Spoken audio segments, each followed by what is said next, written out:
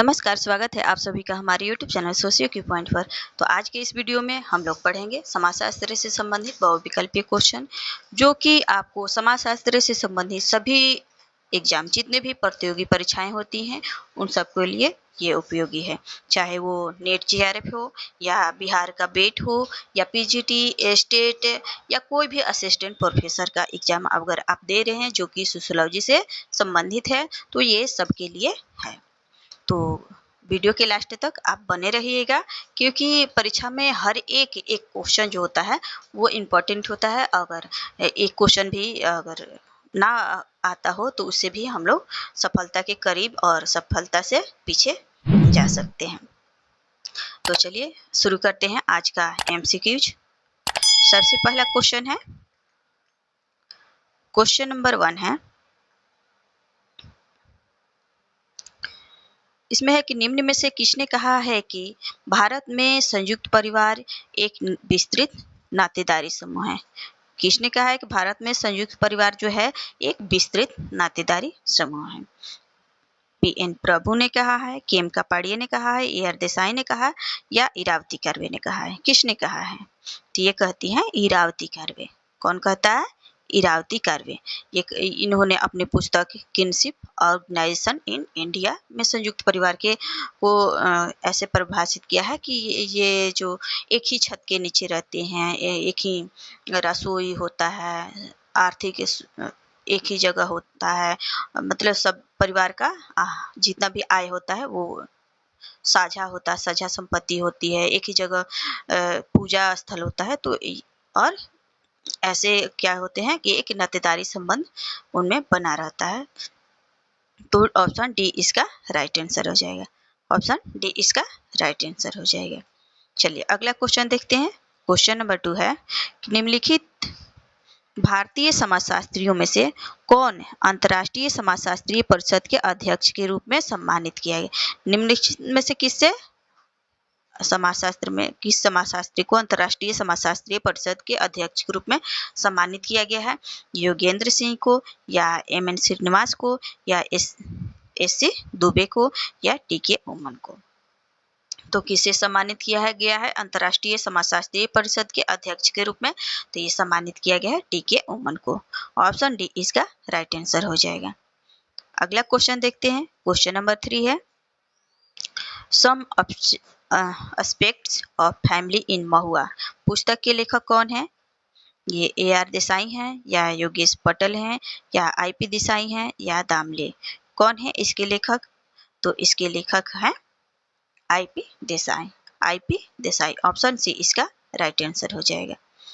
अगला क्वेश्चन देखते हैं। क्वेश्चन नंबर 4 है कि हिंदुओं में एक गोत्र निर्धारित था। एक गोत्र किस पे निर्धारित था? व्यवसाय पर या कर्म द्वारा, आवास द्वारा या वंश परंपरा द्वारा? तो ये गोत्र किससे निर्धारित होता है? वंश परंपरा द्वारा, क्योंकि वंशावली ही क्या होता है पूर्वजों से जितने भी संबंध है उसको दर्शाता है। तो ऑप्शन डी इसका राइट आंसर हो जाएगा। चलिए अगला क्वेश्चन देखते हैं। क्वेश्चन नंबर 5 है कि हिंदू धर्म शास्त्र निषेध करता है, किस विवाह को निषेध करता है? सगोत्र विवाह को, सपिंड विवाह को, सप्रवर विवाह को या ये सभी प्रकार के विवाहों को निषेध करता है? तो हमारा जो हिंदू धर्मशास्त्र है वो सगोत्र, सप्रवर और सपिंड तीनों ही तरह के विवाह को क्या करता है? निषेध करता है, मतलब मनाही है, इसमें शादी नहीं करना है। क्यों? क्योंकि सगोत्र मतलब क्या होता है कि वो एक ही गोत्र की हैं, एक ही गोत्र के हैं, यानी कि एक ही गोत्र में लोगों को क्या माना जाता है? भाई बहन माना जाता है। और सप्रवर, सप्रवर मतलब क्या होता है? तो इसका मतलब होता है कि एक ही ऋषि के वंशज हैं, दोनों एक ही ऋषि के वंशज हो तो उनमें भी विवाह संबंध नहीं होता है, क्योंकि वो भी एक ही भाई बहन माने जाते हैं। सपिंड क्या होता है? सपिंड मतलब रक्त संबंधी, जो क्या करते हैं अपने पूर्वजों को पिंडदान करते हैं, वो एक ही भाई बहन कहलाते हैं। तो इसलिए इन तीनों में क्या होता है कि शादी नहीं होता है, यानी कि हिंदू धर्म शास्त्र के अनुसार ये तीनों प्रकार के विवाह को निषेध माना गया है। चलिए अगला क्वेश्चन देखते हैं। क्वेश्चन नंबर 6 है कि निम्नलिखित में से किसने सोशियोलॉजी फॉर इंडिया के लिए एक मुद्दा बनाया? ये टीके उन्निधान या AR देसाई या वैली या इरावती कार्वे। तो ये किसने किया है? तो ये जो पुस्तक लिखी थी, किन्होंने लिखी थी? ये टीके उन्निधान ने। तो ऑप्शन ए इसका राइट आंसर हो जाएगा। इन्होंने योगेंद्र सिंह और इंद्रदेव के साथ में मिलकर ये पुस्तक लिखी थी, लेकिन इन दोनों का नाम यहाँ पे नहीं लिखा हुआ है, तो इसलिए ऑप्शन ए ही इसका राइट आंसर हो जाएगा। चलिए अगला क्वेश्चन देखते हैं। क्वेश्चन नंबर 7 है कि निम्नलिखित में से किसने कहा है कि प्रजाति जो है वो बृहद जैविकीय मानव समूह है? किसने कहा है कि प्रजाति बृहद जैविकीय मानव समूह है? जीन्सबर्ग ने, मजूमदार ने, फ्रेंच ने या अर्नोल्ड ग्रीन ने? किसने कहा है कि प्रजाति जो है बृहद जैविकीय मानव समूह है? तो ये कहते हैं अर्नोल्ड ग्रीन। ऑप्शन डी इसका राइट आंसर हो जाएगा। क्वेश्चन नंबर 8, इसमें क्या है? इसमें है कि जहां तक हिंदुओं का संबंध है, वर्ग, जाति अथवा जनजाति का समानार्थक है। ये किसका कथन है? मतलब ये किसने कहा है? लेखक को इंगित करता है कौन? या हैवान एल जी हैवानर या आंद्रे बिते या दंडेकर या GS धुरिये? तो ये क्या हो जाएगा? इसका राइट आंसर ऑप्शन डी हो जाएगा। ऑप्शन डी हो जाएगा। इन्होंने कहा है कि जहां तक हिंदुओं का संबंध है, वर्ग, जाति अथवा जनजातियों का समानार्थक है। चलिए अगला क्वेश्चन देखते हैं। क्वेश्चन नंबर 9 देख लेते हैं।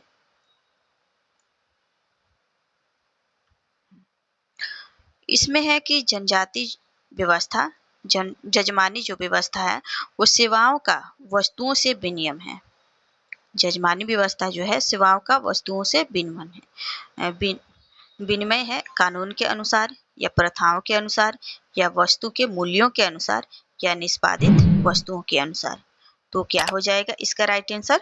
ये प्रथाओं के अनुसार हो जाएगा या वस्तुओं के मूल्यों के अनुसार या निष्पादित सेवाओं के अनुसार। तो जजमानी व्यवस्था क्या था? निष्पादित सेवाओं के अनुसार। ऑप्शन डी इसका राइट आंसर हो जाएगा। चलिए अगला क्वेश्चन देखते हैं। क्वेश्चन नंबर 10, क्रय की गई स्त्री के साथ विवाह करना कहा जाता है? क्रय की गई स्त्री के साथ विवाह करना क्या कहा जाता है?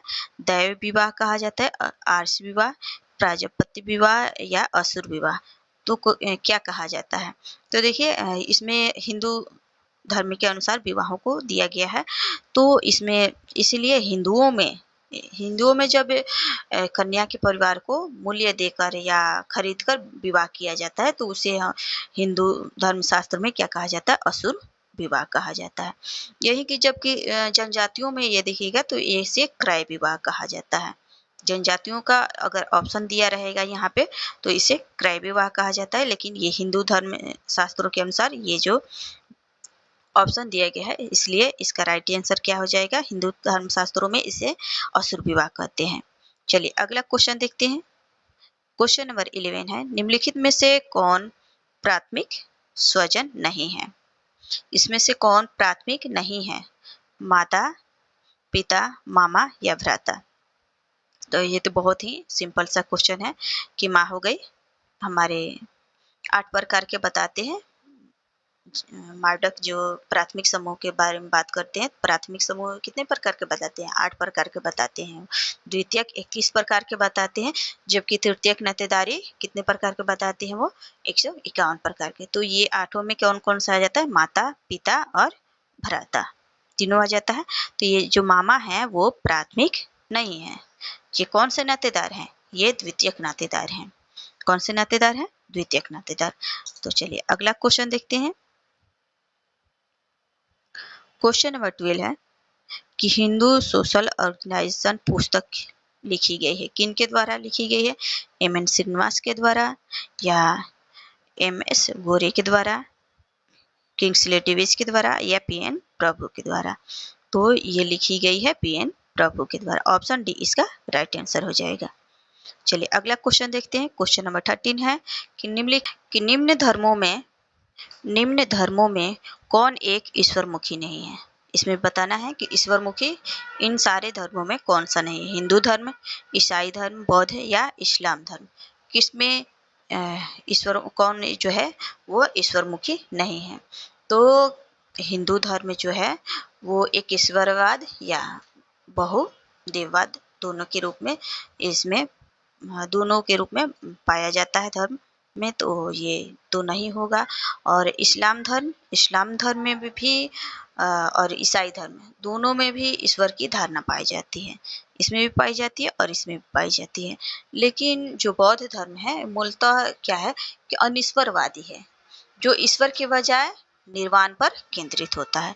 इसलिए इसका राइट आंसर जो है ऑप्शन सी हो जाएगा। चलिए अगला क्वेश्चन देखते हैं। क्वेश्चन नंबर 14 है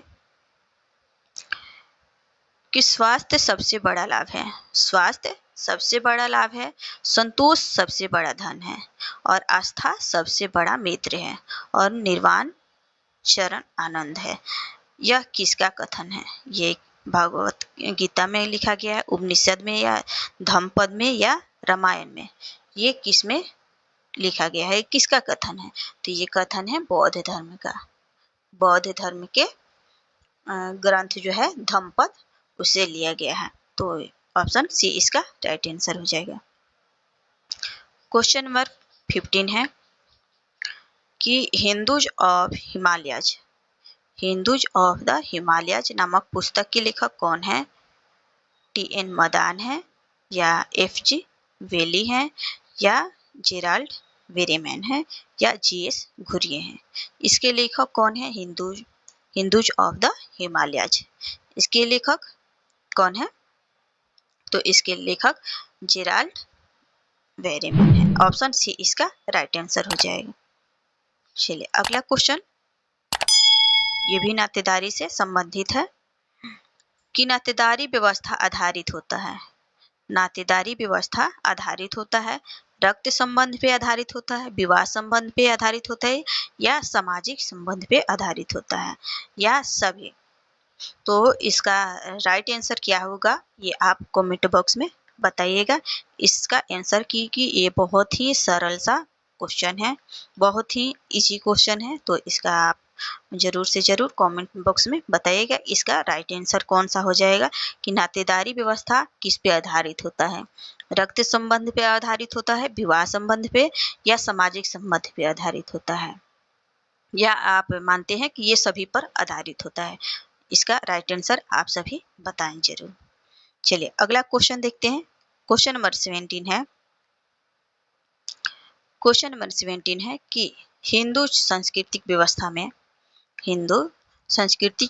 में काम का मुख्य तथ्य है। काम जो शब्द है वो उसका मुख्य तत्व क्या है? व्यक्ति के लिए यौनिक आनंद, या बच्चों का प्रजनन, या गृहस्थ आश्रम का आवश्यक संगठन, या मोक्ष के लिए मार्ग क्या है? तो हिंदू पुरुषार्थ में काम का तात्पर्य इच्छाओं की पूर्ति और आनंद से होता है।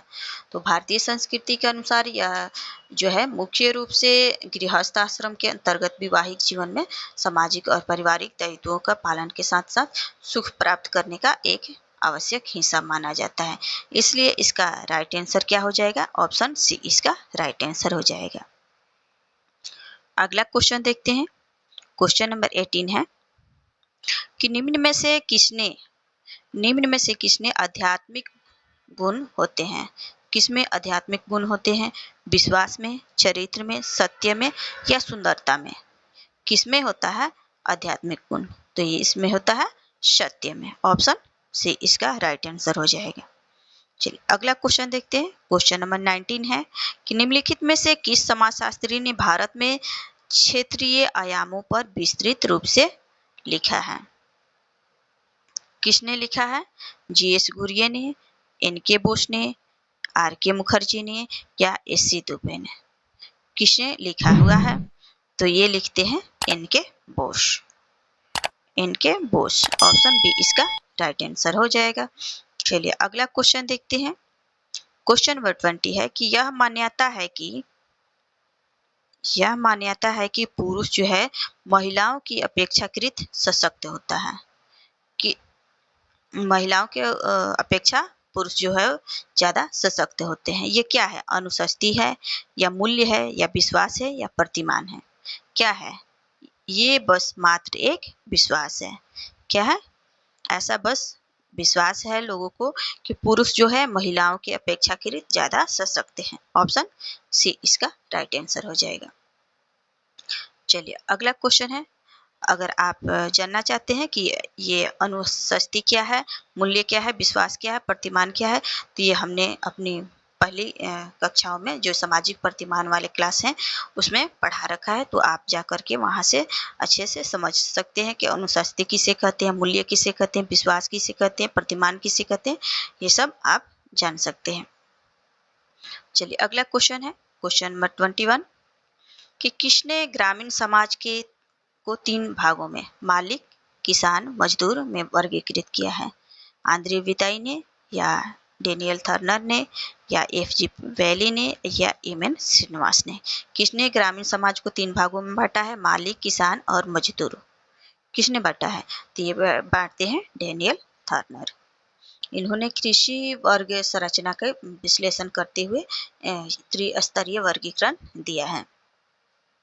ऑप्शन बी इसका राइट आंसर हो जाएगा। अगला क्वेश्चन देख लेते हैं। क्वेश्चन नंबर 22 है कि भारतीय जनजातियों को पिछड़ा हिंदू किसने कहा है? तो ये हम लोग जी.एस. घुरिये के क्लास में पढ़ चुके हैं। तो किसने कहा है जनजातियों को पिछड़ा हिंदू? तो जी.एस. घुरिये कहते हैं। अगला जो क्वेश्चन है क्वेश्चन नंबर 23 कि एक निर्जन वन में भूख से मर रहा व्यक्ति जो है वो अपने प्राण बचाने के लिए अपने मित्र को ही मार करके खा जाता है। तो उसका यह कृत्य जो है वो हिंदू धर्मशास्त्रों की निगाह में क्या है? अधर्म है या अपराध है या आपद धर्म है या धर्म है?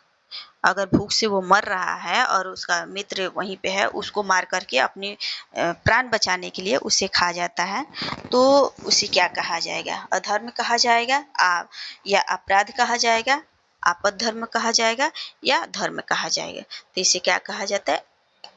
आपद धर्म कहा जाता है। आपद धर्म कहा जाता है। तो इसका राइट आंसर ऑप्शन सी हो जाएगा। चलिए अगला क्वेश्चन देखते हैं। क्वेश्चन नंबर 14 है कि लुईस डूमा के अनुसार पदानुक्रम में समाहित होता है अशुद्ध के ऊपर शुद्ध की वरीयता या शुद्ध की पृथकता या श्रम विभाजन के अंतर्गत अशुद्ध व्यवसायों की शुद्ध व्यवसाय का पृथक्करण या उपयुक्त सभी। तो ये सभी हो जाएगा। ऑप्शन डी इसका राइट आंसर हो जाएगा। तो चलिए अगला क्वेश्चन देख लेते हैं। क्वेश्चन नंबर 25 है कि निम्न में से कौन 4 पुरुषार्थों का अंतिम प्रकार है? ये बहुत बार क्वेश्चन पूछा जाता है कि अंतिम लक्ष्य क्या होता है या अंतिम प्रकार क्या होता है। तो अर्थ होता है, काम होता है, धर्म या मोक्ष। तो ये आप सभी को सबको पता होगा कि सबसे जो अंतिम पुरुषार्थ होता है वो क्या होता है? मोक्ष ही होता है। ऑप्शन डी इसका राइट आंसर हो जाएगा। तो आप लोग हमारे वीडियो के पर बने रहें, इसके लिए आपका बहुत बहुत धन्यवाद। और हाँ, अगर आपको हमारा ये वीडियो पसंद आता है तो लाइक, सब्सक्राइब एंड शेयर जरूर कीजिएगा। धन्यवाद।